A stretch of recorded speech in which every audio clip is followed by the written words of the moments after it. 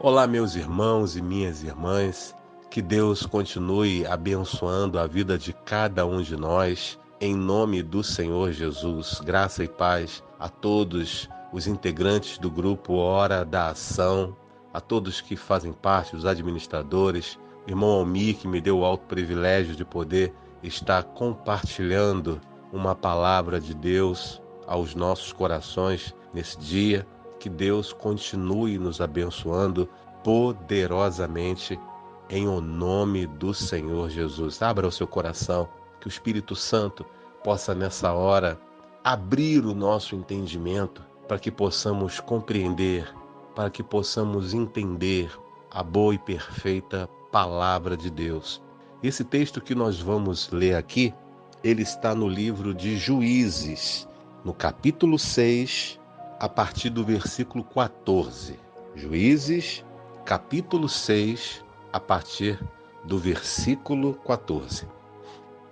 Já abriu a sua Bíblia aí? Podemos ler? Então, o texto diz assim: Então o Senhor olhou para ele e disse: Vai nessa tua força e livrarás a Israel das mãos dos midianitas. Porventura não te enviei eu? E ele disse: Ai, Senhor meu, com que livrarei a Israel? Eis que a minha família é a mais pobre de Manassés, e eu o menor na casa de meu pai.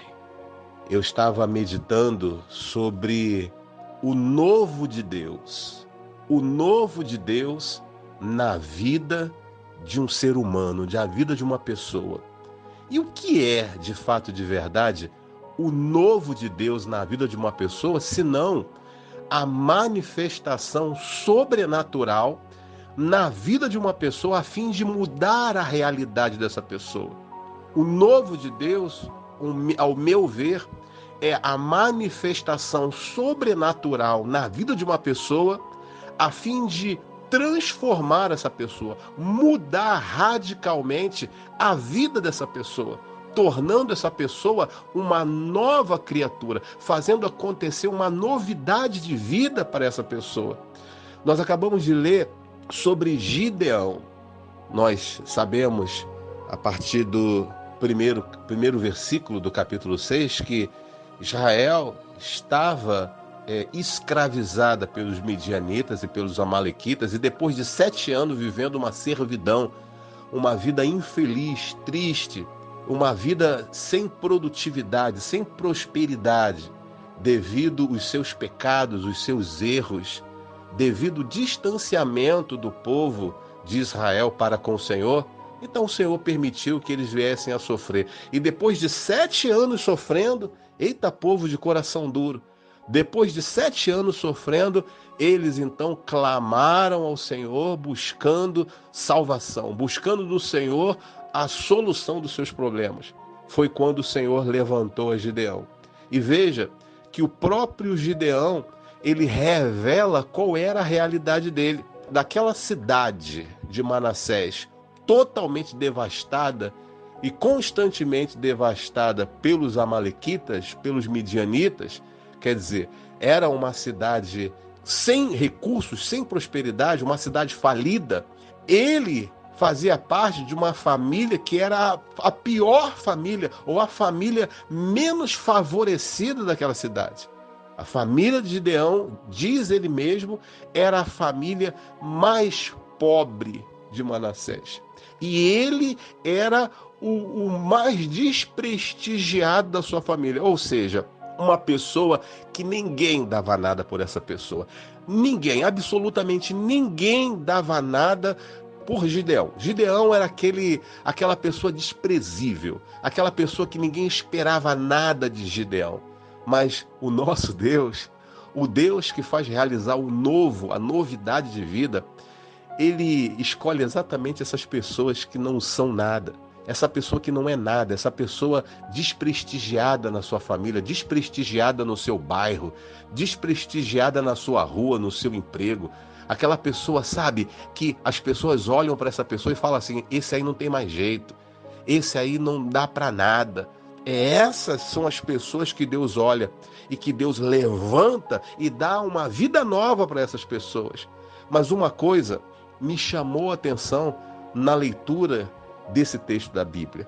Se nós passarmos a folha e nós formos continuar a leitura a partir do versículo 25, nós vamos ler alguma coisa que vai nos chamar a atenção. Porque as coisas de Deus, o sobrenatural de Deus, o novo de Deus, ele não acontece na vida de uma pessoa do nada. O novo de Deus, ele não acontece na vida de uma pessoa sem que essa pessoa provoque isso, sem que essa pessoa ouça a voz de Deus, obedeça a voz de Deus com atitudes. Atitudes efetivas que venham a revelar o desejo que há no coração da pessoa. E o texto diz assim, no versículo 25: E aconteceu naquela mesma noite que o Senhor lhe disse: Toma o boi que pertence a teu pai, a saber, o segundo boi de 7 anos, e derruba o altar de Baal, que é de teu pai, e corta o bosque que está ao pé dele, e edifica ao Senhor teu Deus um altar no cume deste lugar forte, num lugar conveniente. E toma o segundo boi e oferecerás em holocausto com a lenha que cortares do bosque. Eu finalizo essa meditação da palavra de Deus deixando claro algo que eu entendi no meu coração, no meu espírito. Nessa leitura última que nós fizemos, eu observo Gideão obedecendo a voz de Deus em duas coisas, em duas atitudes radicais, que Deus esperou de Gideão e espera de cada um de nós. Cada pessoa que deseja viver o novo de Deus na sua vida, que deseja viver o sobrenatural de Deus na sua vida. Veja que Gideão, Deus mandou que Gideão primeiro derrubasse o altar de Baal que estava na casa do pai dele. Olha só, o pai dele era portador de um ídolo chamado Baal, que contagiava espiritualmente todo aquele lugar, que era um ponto de contato com o maligno para com toda aquela cidade. Estava na casa do pai dele. Não é à toa, né? Que a casa do pai dele era a pior de toda Manassés. Tinha um Baal lá na casa do pai dele. Então, a ordem de Deus derruba aquele ponto maligno que estava ali fincado naquela cidade. Derruba esse mal que está na sua vida. Derruba esse vício. Derruba essa atração. Derruba da sua vida essa coisa que te prende ao maligno, esse sentimento, esse desejo. Derruba você mesmo, Gideão. Derruba esse mal que te chama, que te atrai, que te prende. Derruba essa prática pecaminosa, meu amigo, minha irmã, meu irmão, pela qual você está vivendo. Derruba isso. O Senhor exige isso de nós. Exige daquele que quer viver uma novidade de vida, um novo de Deus. Veja onde está o altar de Baal, entre aspas, na sua vida e derruba isso. Primeiro ponto. Segundo ponto, Deus exigiu de Gideão que ele sacrificasse ao Senhor o segundo boi do seu pai. O segundo boi do seu pai. Veja que o boi era do pai e o altar de Baal estava na casa do pai. Veja que ele tinha ali um envolvimento sentimental. Ele teria que vencer esse envolvimento sentimental que ele tinha com a família dele. Ele teria que aborrecer o pai dele. Ele teria que aborrecer o pai dele em 2 estágios. Primeiro derrubando o altar de Baal e depois sacrificando o segundo boi, um boi de 7 anos, um boi forte, um boi que era a esperança futura daquela família. Aquele boi que trabalhava, aquele boi que gerava rendimento, aquele boi que era uma moeda de troca que eles tinham, aquele boi que era um alimento para futuras necessidades. Era o chão deles. Aquele boi era o suprimento, era o tudo daquela família. Deus exigiu que ele sacrificasse aquele boi para o Senhor, mostrando o que com isso? obreiro Vanildo, mostrando que ele iria depender integralmente de Deus. Entrega de vida. Eu agora sou do Senhor. Agora não sou eu quem vivo, mas Cristo vive em mim.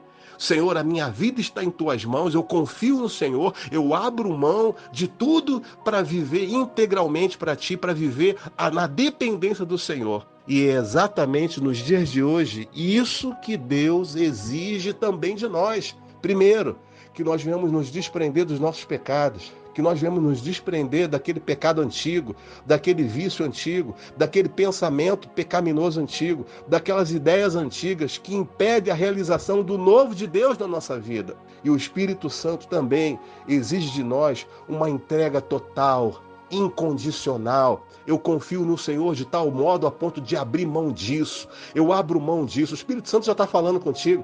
Eu tenho absoluta certeza que o Espírito do Senhor já está falando contigo nesse momento. Eu abro mão disso, eu abro mão daquilo, eu abro mão dessa situação que é a minha base.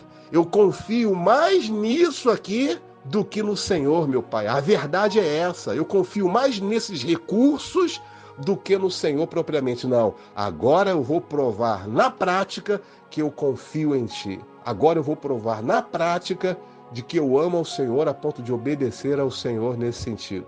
Olha, eu espero de coração que o Espírito Santo fale contigo, fale aquilo que por deficiência eu não consegui falar. Que o Espírito Santo toque no seu coração, que o Espírito Santo lhe faça entender que as maravilhas, o novo de Deus, a novidade de vida, o sobrenatural de Deus nas nossas vidas depende das nossas atitudes, depende da nossa confiança e obediência para com o Senhor. Que o Senhor te abençoe e te guarde, que o Senhor faça resplandecer a luz do seu rosto sobre ti e tenha misericórdia de ti. Que o Senhor sobre ti levante o seu rosto e lhe dê a paz, hoje, amanhã e para todo sempre. Amém.